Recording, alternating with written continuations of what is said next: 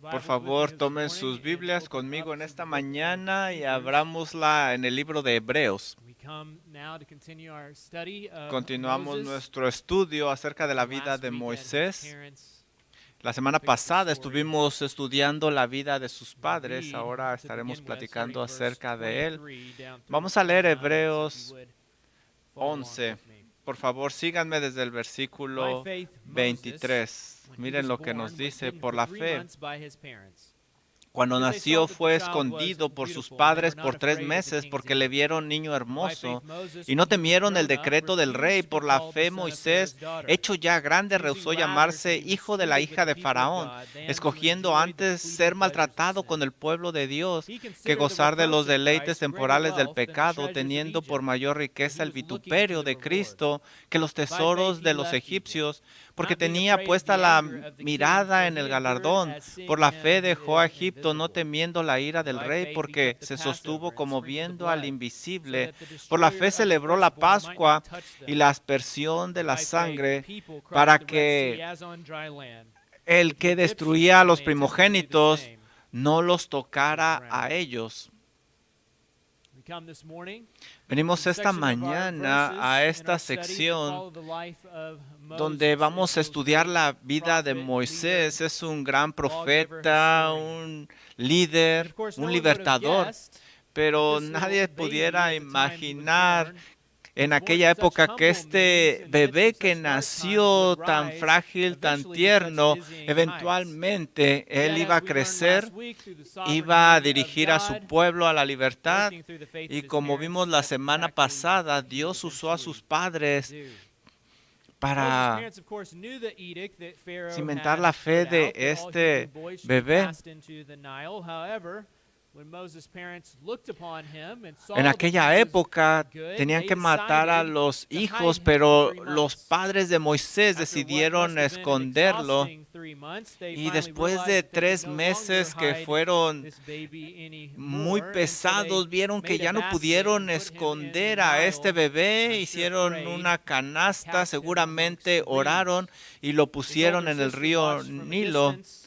Una hermana lo miró desde lejos. Leemos nosotros la historia en Éxodo 2.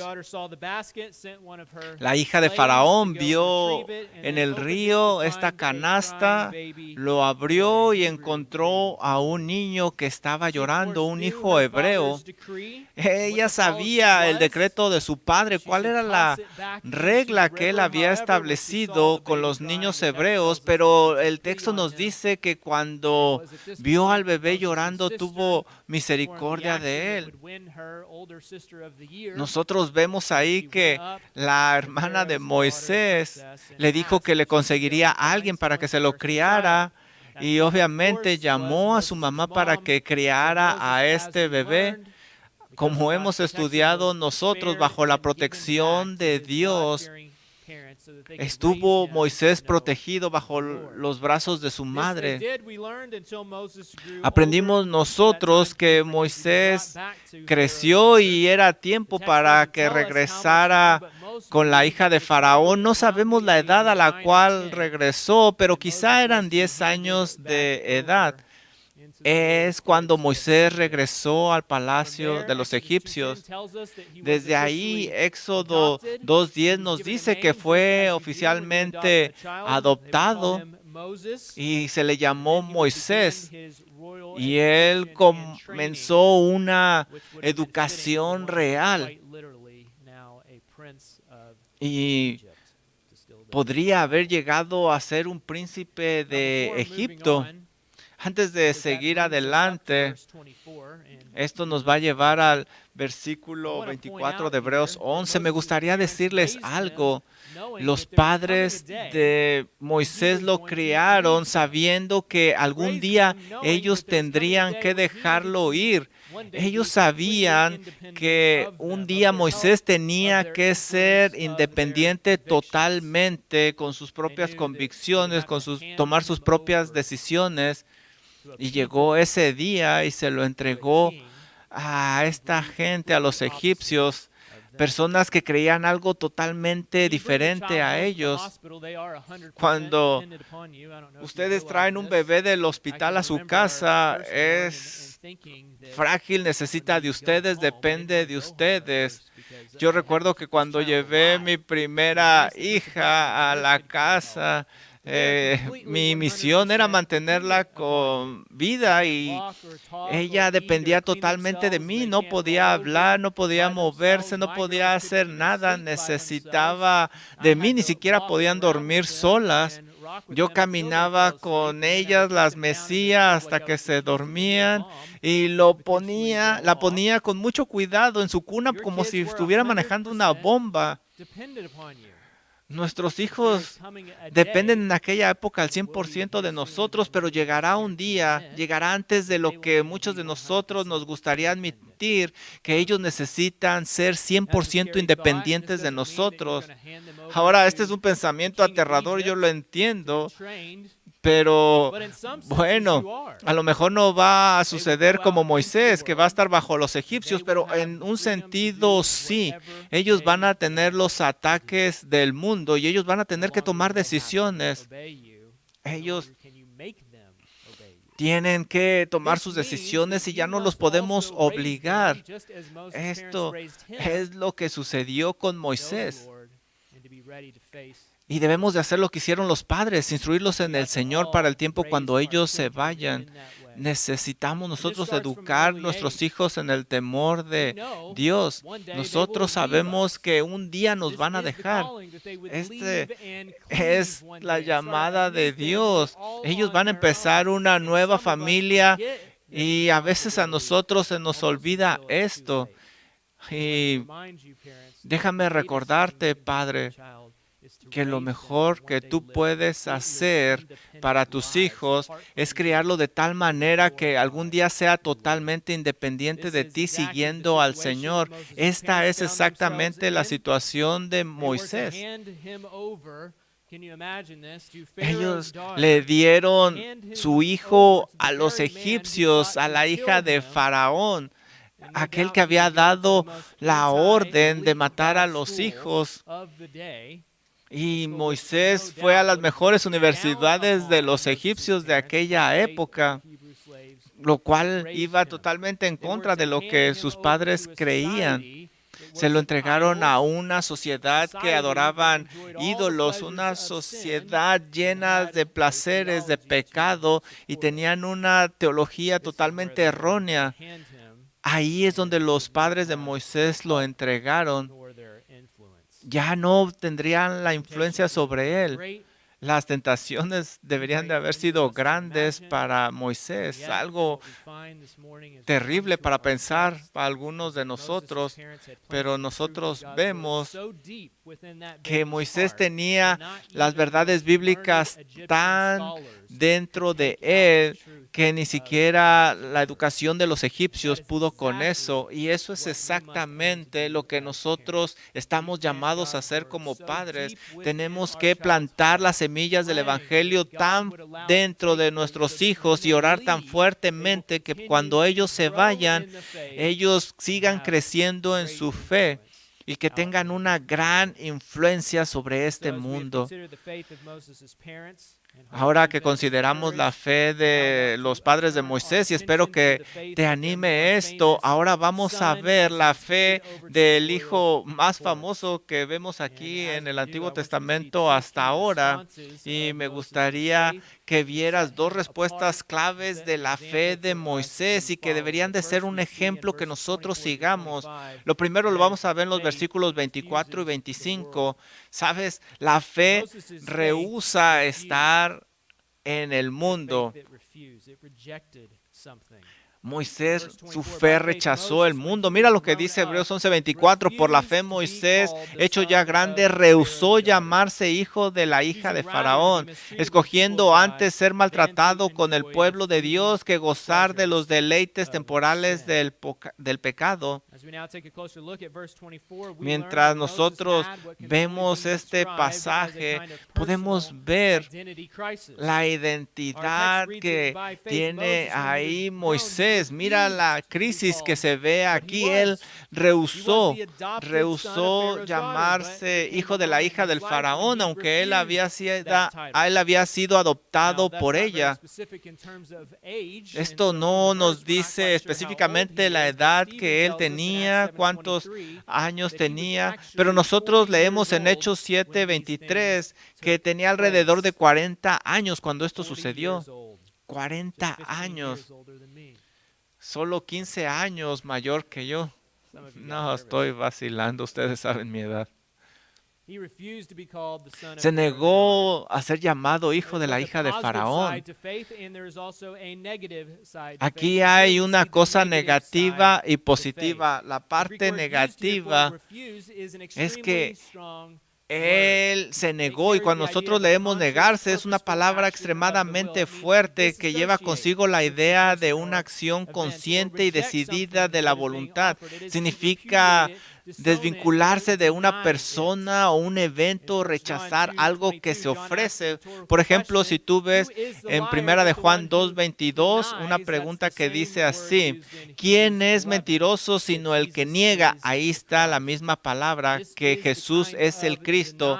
Este es el tipo de negación que Moisés está haciendo al no quererse llamar hijo de la hija de Faraón. Esto es lo que hace la fe. Nos enseña que nosotros debemos de escoger la cosa correcta, lo que es adecuado. Moisés se negó a llamarse hijo de la hija de Faraón. Nosotros no estamos claros en lo que está sucediendo en la vida de Moisés o a qué se está refiriendo, qué lo llevó a tomar esto. Lo único que tenemos es lo que nos dice Hebreos, pero algunos nos mencionan o nos llevan a Éxodo capítulo 2, versículo 11, y ahí vemos nosotros algo que quizá influenció en la vida de Moisés, le enseñó cuál era su verdadera identidad y lo impulsó a tomar esta decisión. Éxodo 2, 11, miren lo que dice. En aquellos días sucedió que, crecido ya Moisés, este es el pasaje que nos menciona el libro de los Hechos, salió a sus hermanos y los vio en sus duras tareas. Esa palabra, cuando nosotros vemos vio, aquí no describe una mirada casual. Él quizá vio muchas veces esto, pero ahora él pone mucha atención. Ahora él está estudiando la situación, él está pensando detenidamente, tanto que lo lleva a hacer una decisión. Ahí estaba él mirando los sufrimientos de su pueblo en una posición alta, cómo ellos estaban sufriendo, y seguramente eso lo impulsó a una acción. Miren lo que dice el versículo: y observó a un egipcio que golpeaba a uno de los hebreos, sus hermanos. Fíjate el versículo 12 de Éxodo 2. Entonces miró a todas partes y viendo que no parecía nadie, mató al egipcio y lo escondió en la arena. Esteban narra este incidente de manera que el Sanedrín comprendiera lo que estaba sucediendo. Dice Hechos 7:23, cuando hubo cumplido la edad de 40 años, le vino al corazón el visitar a sus hermanos, los hijos de Israel, y al ver a uno que era maltratado, lo defendió e hirió al egipcio y vengó al oprimido. De todo esto podemos reconstruir lo que llevó a Moisés a reaccionar de la manera en que lo hizo ese día. Durante meses, posiblemente años, había estado pensando en el maltrato de su pueblo y él se estaba identificando con ellos. Él tenía que tomar una decisión: seguir con los placeres de Egipto o identificarse con su pueblo. Y como sabemos, nosotros leemos aquí que él sintió el dolor de su gente y él dijo que tenía que actuar.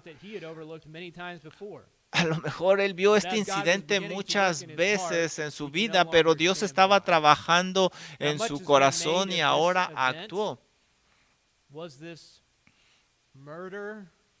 Nosotros vemos que él mató al egipcio. Pero déjenme defender un poquito a Moisés. Esta no es la mejor manera de empezar el liderazgo, pero ¿qué podía él hacer?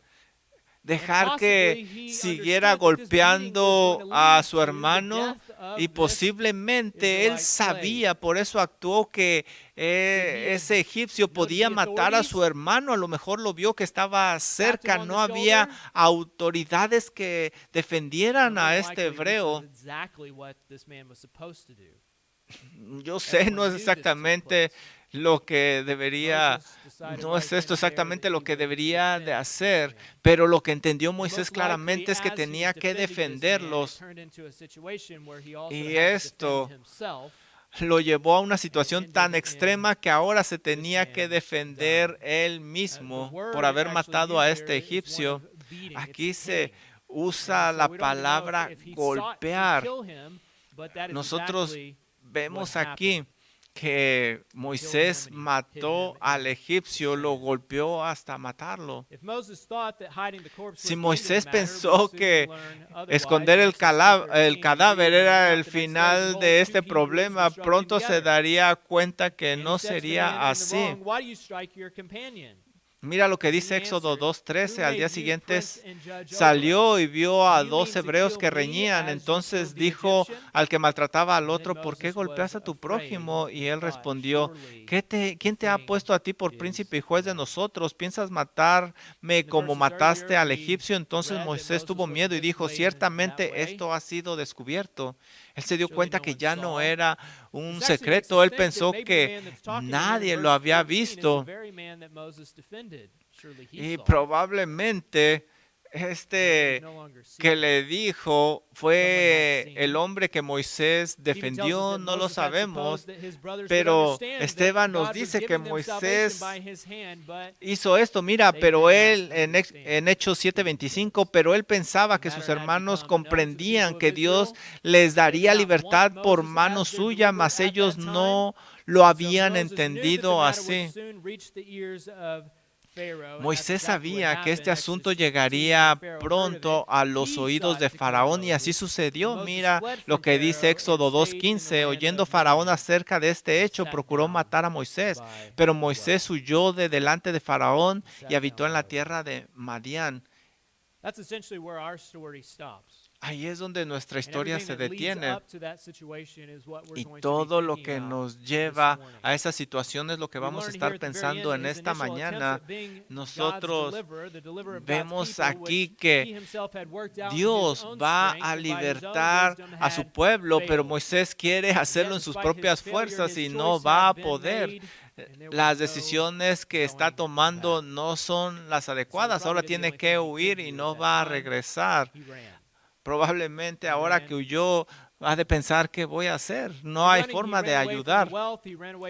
Él huyó de todo, del placer, del prestigio, del poder. Todo lo dejó atrás.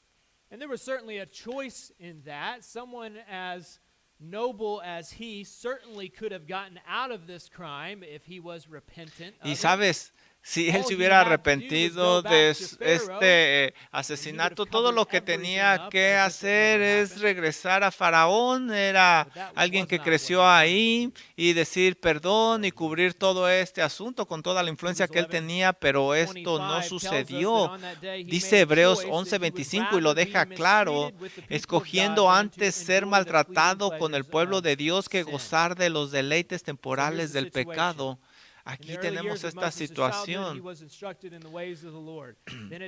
Cuando él es niño, él es enseñado acerca del Señor, del Dios verdadero. Después va a Egipcio y crece con toda la ideología de los egipcios, con todos esos placeres, hasta la edad de 40 años.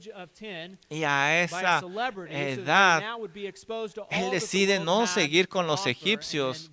Tenía tanto que dejó atrás. Moisés lo dejó todo. ¿Qué fue lo que dejó Moisés? El versículo 24 nos dice que dejó un estatus del mundo. Él se rehusó llamarse hijo de la hija de Faraón. Él no quería ser alguien de ese reino. Él pasó a ser del hombre más rico al hombre más pobre. Él pasó a ser de alguien pequeño, débil, fue alguien fuerte en egipcio, pero ahora es débil otra vez. Algunos creen que él iba a ser el siguiente en la línea a convertirse el próximo faraón. Obviamente, esto que hizo Moisés es algo grande.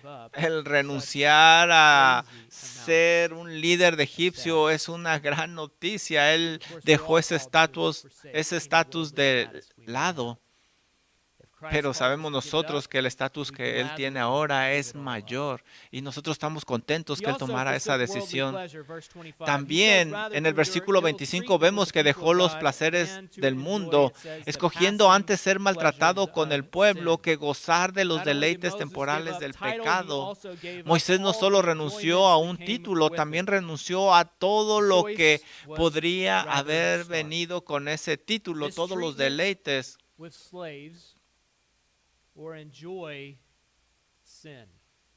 Él tenía que deleitarse del pecado, los placeres temporales del pecado, temporales. Esto nos da la idea de algo que es fugaz, momentáneo, algo que está aquí por un poco tiempo y se va. Y así es como debemos nosotros de ver los placeres de este mundo. Y claro, la Biblia no oculta que hay placer en el pecado, pero es temporal, siempre se va rápido. La Biblia no intenta esconder el placer del pecado. La Biblia dice que hay placer en el pecado, pero te dice la verdad acerca de ese placer. John MacArthur dice, la mayoría de la gente vive toda su vida persiguiendo todo lo que el mundo tiene para ofrecer, pero Moisés no estaba en la persecución. Lo tenía todo, pero él decidió dejarlo porque sabía que era temporal. Por cierto, como nosotros leemos en Eclesiastés acerca de Salomón, él entendió que el mundo no le podía ofrecer nada, que todo era vano, era pasajero.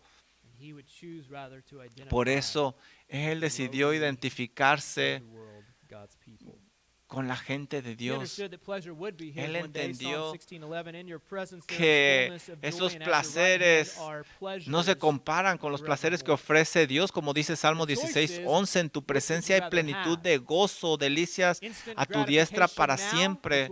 Moisés decidió renunciar a los placeres de Egipto.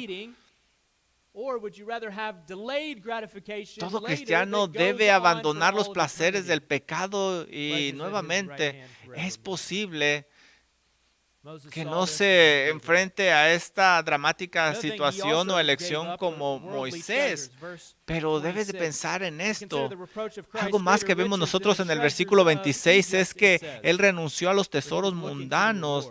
Dice, teniendo por mayores riquezas el vituperio de Cristo que los tesoros de los egipcios, porque tenía puesta la mirada en el galardón. Me gusta una traducción que dice que él buscaba más la recompensa de Dios, la valoraba más. Ningún hombre podría dirigir al pueblo de Dios mientras está viendo a las riquezas. No se puede. Y él no quiso ser este tipo de líder. Sabes, las riquezas no pueden comprar lo que vamos a obtener en el cielo, y Moisés logró ver eso. Dice Mateo 16:25, porque el que quiera salvar su vida la perderá, pero el que pierda su vida, la idea es abandonar su vida por mí, la encontrará. Y esto fue lo que hizo Moisés. Él tuvo que renunciar a los tesoros mundanos. Esta es la fe Esta es la fe que abandona el mundo y no regresa. La mayoría de ustedes han escuchado. He went off to Yale when he had grown up, but while he was there, he was converted to Christ. Ustedes han escuchado la historia de aquel que inició una compañía acerca de leche. Él terminó en la cárcel, ahí conoció al Señor, salió de ahí y él empezó a hacer un imperio con su venta de leche, pero estuvo en su corazón ir a China y todos les decían, ¿cómo es que vas a ir a China? Vas a echar todo a perder, todo lo que has construido. Pero a pesar de lo que sus amigos le decían, él tenía en su corazón que tenía que ir a China, que Dios le mandaba ahí, pero no alcanzó a llegar a China porque él murió. Muchos de sus amigos se unieron a él antes de morir y él dijo 6 palabras: no hay que arrepentirse, no hay que regresar. No hay que arrepentirse. Eso es exactamente lo que Moisés hizo cuando se fue al desierto. Piensa dónde durmió él, dónde dormía, dónde comía. Él simplemente lo dejó todo atrás y no se arrepintió de eso. ¿Por qué? ¿Porque él estaba loco? No, porque él tenía fe. Nosotros nos deberíamos de preguntar a nosotros mismos,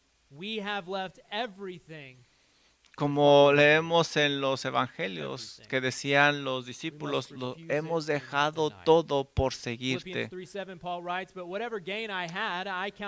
Pablo decía, porque todo lo que he ganado lo tengo por pérdida para conocer al Señor.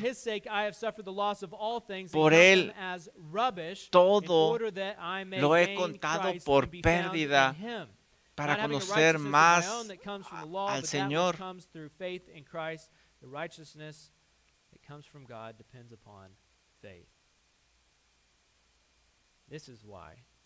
Esta es la razón por la cual nosotros nos mantenemos en nuestra fe, porque tenemos al Señor Jesucristo. La fe verdadera va a renunciar al mundo porque vamos a obtener algo mejor. Y nosotros también vemos en nuestro punto número 2 que la fe elige al pueblo de Dios. La fe elige al pueblo de Dios. Mira lo que dice Hebreos 11, 25 y 26. Escogiendo antes ser maltratado con el pueblo de Dios que gozar de los deleites temporales del pecado. En una mano, Moisés rechaza las cosas de este mundo, pero con otra Él está agarrando a la gente de Dios. La verdadera fe rechaza algo, pero recibe algo más. Él prefiere sufrir en lugar de obtener el placer del mundo. El puritano Jeremías Burroughs tiene un libro sobre el pecado titulado La maldad de los males. Es un título puritano. Y si ese título no captó tu atención, el libro viene completamente equipado con una cubierta con la imagen de una gran lápida en el centro. Es un gran ejemplo de la capacidad de los puritanos de escribir extensamente un versículo, por lo que este libro de 300 páginas habla simplemente de Job 36, 21. ¿Has visto un libro de esta naturaleza? 300 páginas de un solo versículo. Dice, cuídate, no te vuelvas vuelvas a la iniquidad, porque esta has elegido más bien que la aflicción, nos dice Job. El significado básico del versículo es que siempre se desea la aflicción sobre la iniquidad, sobre el pecado. En otras palabras, el punto de Jeremías Burroughs es que si todos entendiéramos verdaderamente lo que el pecado va a traer y la naturaleza temporal de lo que ofrece, nosotros no lo escogeríamos, y esto lo entendió Moisés. Moisés buscaba la recompensa de Dios, no quería el placer temporal que terminaría llevándolo a su ruina. Él sabía exactamente lo que estaba haciendo cuando defendió a ese hebreo. La mayoría de ustedes han oído hablar del Dr. Martin Lloyd-Jones, uno de los mayores expositores de las Escrituras del siglo pasado. Durante su ministerio se le llamaba cariñosamente el médico, no porque tuviera un doctorado en teología, sino que él era doctor realmente.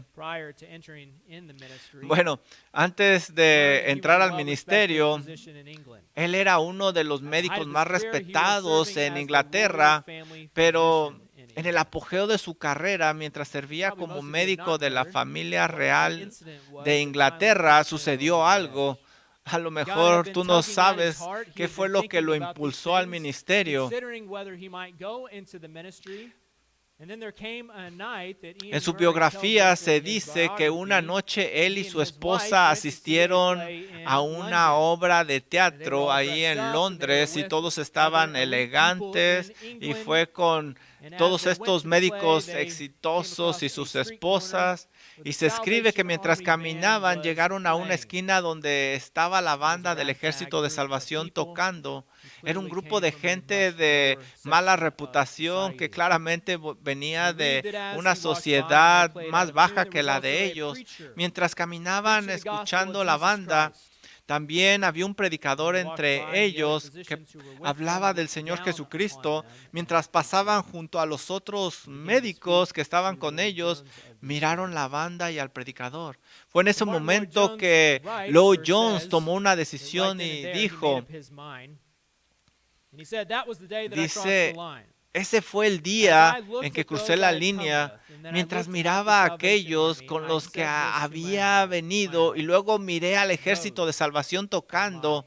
Dije en mi corazón, esta es mi gente. Esa fue la noche que Lloyd-Jones sintió el llamado de Dios en su vida y le dio la espalda a su exitosa carrera de médico para identificarse plenamente con el pueblo de Dios. Ellos eran pobres, bajos, pero era la gente de Dios. Aquellos que son verdaderamente del Señor siempre van a buscar identificarse completamente con los que son verdaderamente del Señor. Por eso amo la iglesia. ¿Quién nos pudiera haber puesto juntos en un cuarto, diferentes culturas, diferentes en tantas cosas, y aquí estamos juntos identificándonos los unos a los otros porque estamos identificados con el Señor y Él se identifica con nosotros? ¿Cómo podríamos nosotros rechazar esto? No importa en qué sección o punto del mundo vayamos, somos una misma familia, y esta es la lección que los hebreos necesitaban escuchar, porque ellos tenían que asociarse con el pueblo de Dios, estaban sufriendo persecución. Lo más fácil había sido rechazar a la gente de Dios, regresar. Y es lo que se está intentando, que se animen a identificar con la gente de Dios, con aquellos que también sufrían persecución. Mira lo que dice Hebreos 10:23, en esto que los animaba a mantenerse unidos. Dice, mantengamos firmes sin fluctuar la profesión de nuestra esperanza, porque fiel es el que prometió, y consideremos unos a otros para estimularnos al amor y a las buenas obras, no dejando de congregarnos como algunos tienen por costumbre, sino exhortándonos, y tanto más cuando veáis aquel día que está cerca. Aquí se nos dice que debemos de mantenernos unidos más cuando veamos que la venida del Señor está cerca. En Hebreos 3:13 se nos dice que nos exhortemos unos a otros todos los días. La Biblia nos anima a identificarnos con el pueblo de Dios todos los días, para que ninguno sea endurecido por el engaño del pecado. Para un grupo de personas que estaba considerando dejar al pueblo de Dios debido al maltrato, el ejemplo de Moisés de elegir al pueblo de Dios había sido muy alentador para ellos.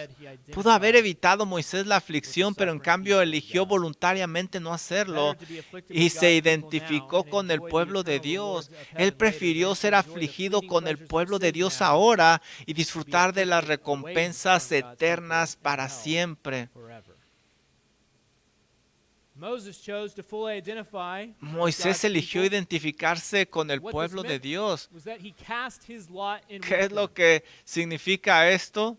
Que Él estaría con ellos y también Él viviría la misma suerte del pueblo de Dios. Todo lo que él había aprendido, todas sus habilidades, probablemente fue entrenado con los militares. Todo lo que él había aprendido ahora iba a funcionar a favor del pueblo de Dios. Algunos de ustedes aquí están asociados solo ligeramente con el pueblo de Dios. Estás aquí los domingos y eso es bueno. Vienes y escuchas, pero te falta asociarte más profundamente con el pueblo de Dios. Una participación motivada por un profundo amor por el pueblo de Dios, una identidad con ellos. No puedes asociarte estrechamente con Cristo si no estás asociado estrechamente con su pueblo. La Escritura es clara. El amor de Dios siempre produce un amor profundo por la gente de Dios. ¿Qué es amor si no estás dispuesto a ayudar a otros? Debes de sufrir con aquellos que sufren. Esta es la asociación a la cual Cristo nos ha llamado a tener. Y esto fue lo que hizo Moisés. Él no tenía que hacerlo. Sabes, Moisés no dijo, bueno, voy a asociarme contigo en un día, grupo, pueblo de Dios, y el resto de la semana con Egipto. No funcionó así, no lo hizo Moisés así. ¿Por qué lo hizo así Moisés? Aquí no lo dice. Él prefería el sufrimiento, él prefería el desprecio. Pero el versículo 26 nos dice el por qué. Y esto es lo que debemos de escuchar esta mañana. Si tú no sales con esto en tu corazón, entonces ahí hay un problema. Mira lo que dice. Versículo 26, Hebreos 11:26, teniendo por mayores riquezas el vituperio de Cristo que los tesoros de los egipcios, porque tenía puesta la mirada en el galardón. Él vio la aflicción de la gente, pero mira lo que dice aquí, su mirada estaba en el Señor. Él prefirió sufrir porque eso lo encontró él más valioso. Es la lógica más básica que podemos ver. Pero, ¿sabes? Él lo consideró más valioso porque Cristo estaba ahí.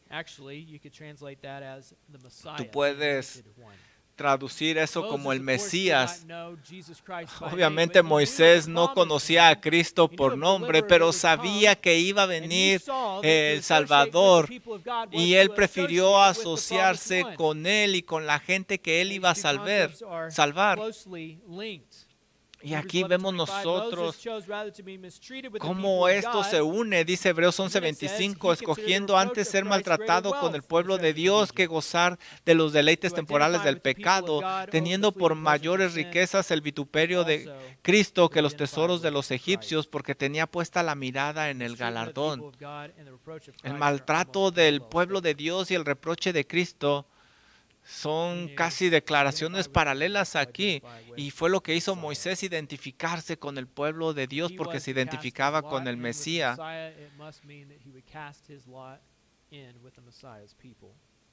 El identificarse con el Mesías era identificarse con su pueblo. Dice Isaías 63, 8, 9.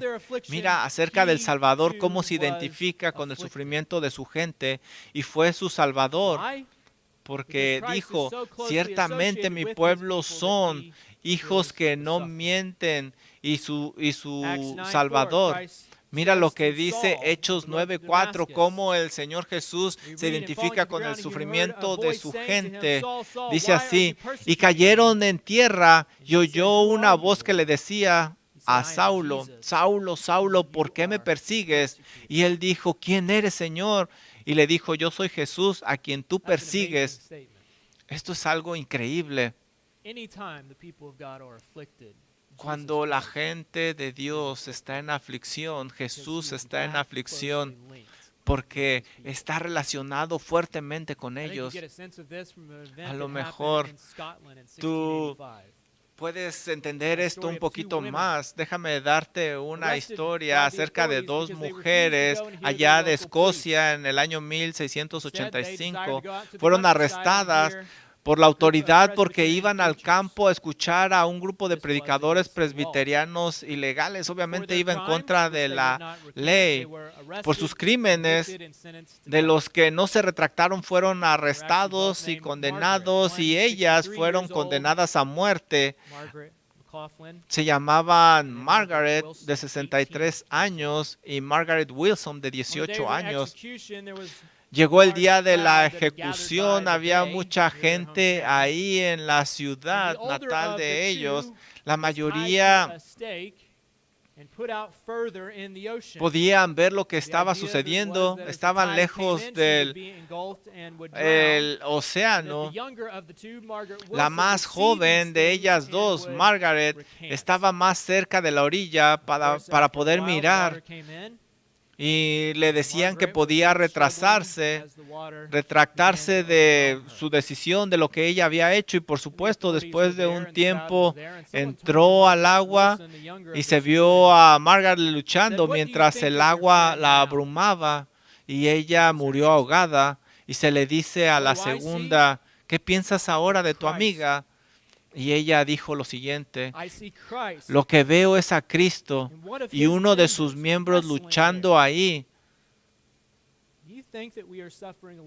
¿Crees que estamos sufriendo solas? No, es Cristo en nosotros. No envía a nadie a sufrir por sí mismo. Él está con nosotros. Esa es la idea. Cristo no se separa de su gente. Él está ligado a su gente. Moisés vio esto desde lejos. Aún cuando él estaba ahí, él mismo decidió sufrir con la gente de Dios. Algunos de ustedes pueden necesitar escuchar esto esta mañana. Espero que todos nosotros, pero algunos de ustedes a lo mejor están pensando qué difícil es identificarse con la gente de Dios. Es más difícil que con el mundo. Y déjame decirte que es más fácil que te identifiques con el mundo. Es más difícil vivir por Cristo y servir en la iglesia.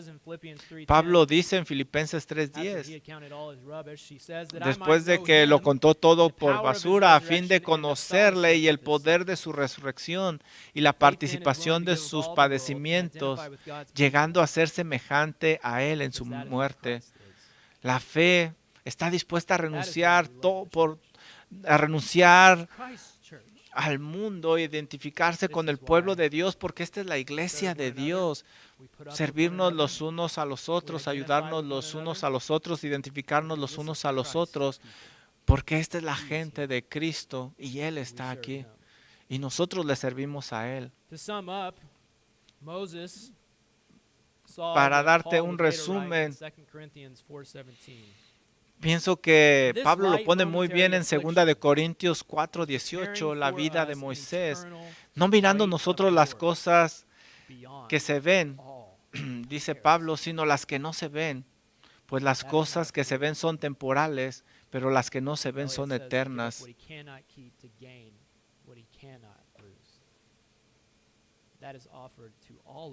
Esto se nos ofrece a todos, no porque nosotros podamos hacer algo, sino por lo que Cristo ha hecho por nosotros. Y eso debería de motivarnos a dejarlo todo, identificarnos con la gente de Dios hasta el final. Vamos a orar. Padre, gracias por esta mañana, por lo que hemos visto en su palabra. Espero haber presentado a Cristo y todo lo que Él nos ofrece, verlo a Él como un siervo que sufre, que vino y se dio en la cruz por nosotros. ¿Cómo podríamos regresar nosotros? Señor, nosotros vemos que estamos ligados con su gente. Y Señor, ayúdenos a no apartarnos. Te amamos, Señor, porque amamos también a aquellos que se han identificado con usted. Señor, ayúdenos a tener una gran asociación con su gente y servir a nuestros hermanos en Cristo. Padre, oramos que si hay algunos esta mañana que no le conocen, que usted abra esos ojos y que estén dispuestos, Padre Celestial, a identificarse con todos los creyentes, no solo de esta iglesia, sino de las otras, y que ellos escojan mejor sufrir por usted que los deleites de este mundo. Por favor, plante esta verdad profundamente en nuestro corazón. Oramos en Cristo Jesús. Amén. Por favor, póngase de pie y terminemos con este himno.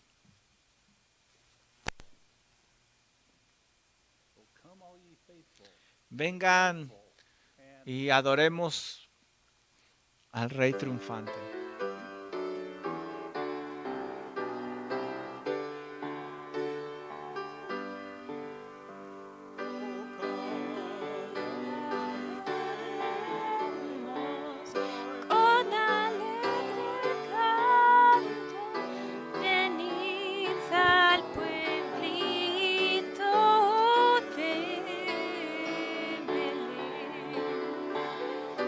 Hoy ya nací.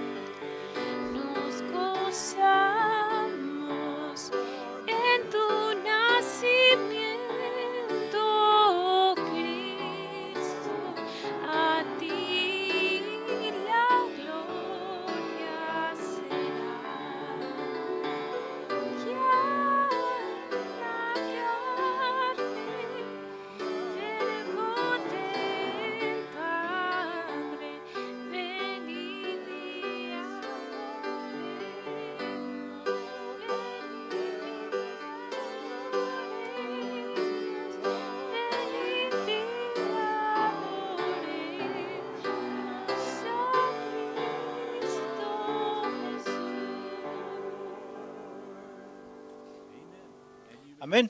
Pueden tomar asiento.